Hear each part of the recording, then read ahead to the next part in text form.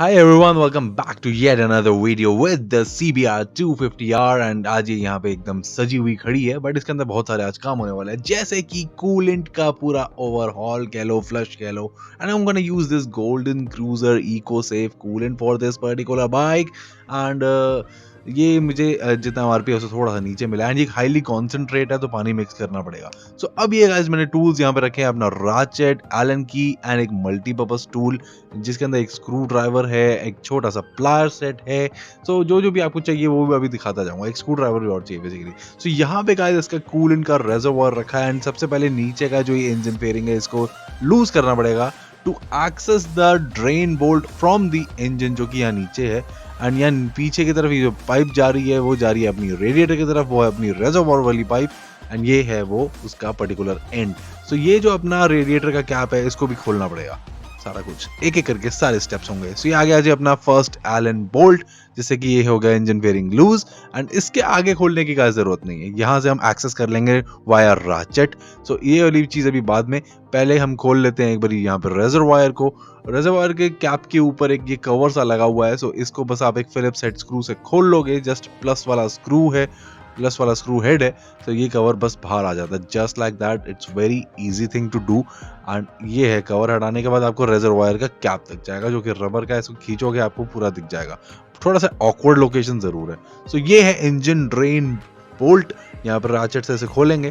सो अभी मैंने इसको कंप्लीटली नहीं खोला, थोड़ा सा ड्रॉपलेट आ रहा था तो नीचे से इसका कवर रख दिया, not cover but a container. So ये भी निकाल लिया है मैंने एंड अभी कुछ भी नहीं निकलेगा जब तक रेडिएटर का कैप नहीं खोल देता। एंड ये बोल्ट है एंड ये वॉशर है, संभाल के रखना का जैसे आराम से यहाँ पे रख दिया।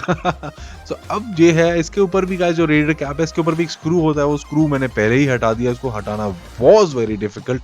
सो जैसे ही मैं उसको खोलूंगा ऊपर से तो सारा का सारा कूलेंट यहाँ से बाहर आएगा। मुझे लगा था कि गाइस थोड़ा सा बाहर आएगा, मेरा कंटेनर देखो तो आप बिल्कुल एग्जैक्टली इट टर्न यूजलेस क्योंकि इंजन फेयरिंग ने उसको पकड़ लिया सारा का सारा, जो कि एक काइंड ऑफ डिजाइन मुझे अच्छा नहीं लगा। अगर इंजन फेयरिंग हटा देता तो नीचे से कूलेंट आराम से निकलता, बट इतनी मेहनत कौन करेगा, राइट। तो ये काफी सारा कूलेंट इसमें से निकल आया। मुझे पहले ये लग रहा था कि इस पर्टिकुलर पाइप में कूलेंट ही नहीं है, but there is a lot and ये रेजर्वायर की पाइप है जो कि कूलेंट रेडिएटर के हेड पे जाती है, इसको भी हटाना है क्योंकि इसको क्लीन आउट करना है। सो यहाँ से कैप खोल लिया एंड ये पाइप का मैंने बाहर निकाल लिया जिससे कि डायरेक्टली ये अपने कंटेनर के ऊपर आ जाएगा। सो अब क्या करने वाला हूं मैं, एक लेने वाला हूं पाइप या एक होज पाइप। सो उससे इसके अंदर मारूंगा पहले रेडिएटर में पानी। अब रेडिएटर में पानी मारने से क्या होगा, जो ये अपना इंजन ड्रेन का प्लग यहाँ से हटाया, यहाँ से सारा का सारा जो भी कूलेंट होगा अंदर कुछ भी होगा वो बाहर आएगा। But as you guys can see it is coming nearly transparent, एकदम व्हाइट टाइप का जैसे पानी होता है वैसे ही आ रहा है। So radiator is also very clean and engine के अंदर भी काफी सफाई है। एंड एक चीज और लगे हाथ आप कर देना, रेडिएटर को भी पाइप से धो देना। और अब बारी है गाइस अपना जो रेजर्वायर है उसकी, एंड जैसे इस पे मैंने पाइप चलाई तो आप देखो, आप लिटरली देखो कलर।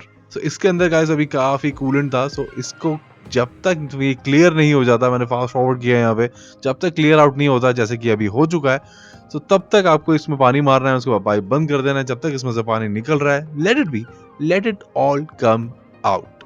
सो बेसिकली हमारा सारे के सारे जो भी क्लीनिंग का काम था वो कंप्लीट हो चुका है। या गाइस इससे ज्यादा की रिक्वायरमेंट नहीं है, आप करना चाहो तो आप कर सकते हो, radiator flush and all that chemicals है, बट नीड नहीं है। सो बाकी ही पाइप्स वगैरह अंदर से डालने के बाद कनेक्ट जरूर कर देना, इसको लॉक कर देना, इंजन ड्रेन बोल्ट को भी टाइट कर देना। एंड अभी यहाँ का ढक्कन इसलिए खोला कि इसको अंदर अभी भरना है। सो अब बारी है गाइस कूलेंट भरने की। सो अपना गोल्डन क्रूजर का पैकेट खोल लिया है।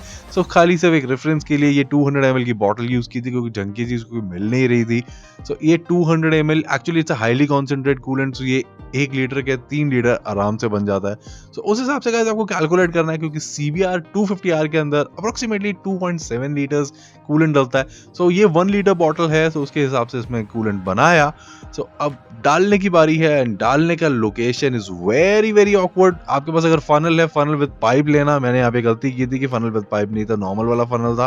तो वहां तक पहुंचने के लिए मुझे फिर से ये पर्टिकुलर बॉटल यहाँ पे यूज करनी पड़ी जो कि काफी डिफिकल्ट था एंड टीडियस था। अगर फनल वाला पाइप होता तो पाइप को सीधा हम कूलेंट के कैप में डालते, जो भी अपना होल है, एंड उसके बाद ऊपर तक फनल होता है ना, ऊपर से आराम से उसको भर देते हैं। सो यहाँ पे इसको एक एक करके भरना पड़ा। So it took considerable more time and यहाँ पे तो भाई साहब बहुत ही ज्यादा वाली दिक्कत थी, but still nonetheless we did it and इसके अंदर बस भरना ही था। सो अब गाइस चाबी लगाते हैं एंड देखते हैं कि कैसा सिनेरियो है। एक बार स्टार्ट करके देखेंगे बाइक को। ऑब्वियसली बात है कूलेंट का कैप जरूर लगा देना यार। एंड बाइक स्टार्ट करने के बाद सबसे पहले जितने भी हमने लोकेशन ओपन किए थे वहां पे आपने लीक वगैरह के लिए चेक कर लेना है, अदरवाइज लीकिंग का इशू होगा तो वैसी बड़ी प्रॉब्लम जनरेट हो जाएगी। But as you guys can see engine is running and कोई भी यहाँ पे लीक देखने को नहीं मिल रहा। अभी मैं इसको थोड़ा रेव भी करूंगा, थोड़ी देर आइडल भी छोड़ूंगा।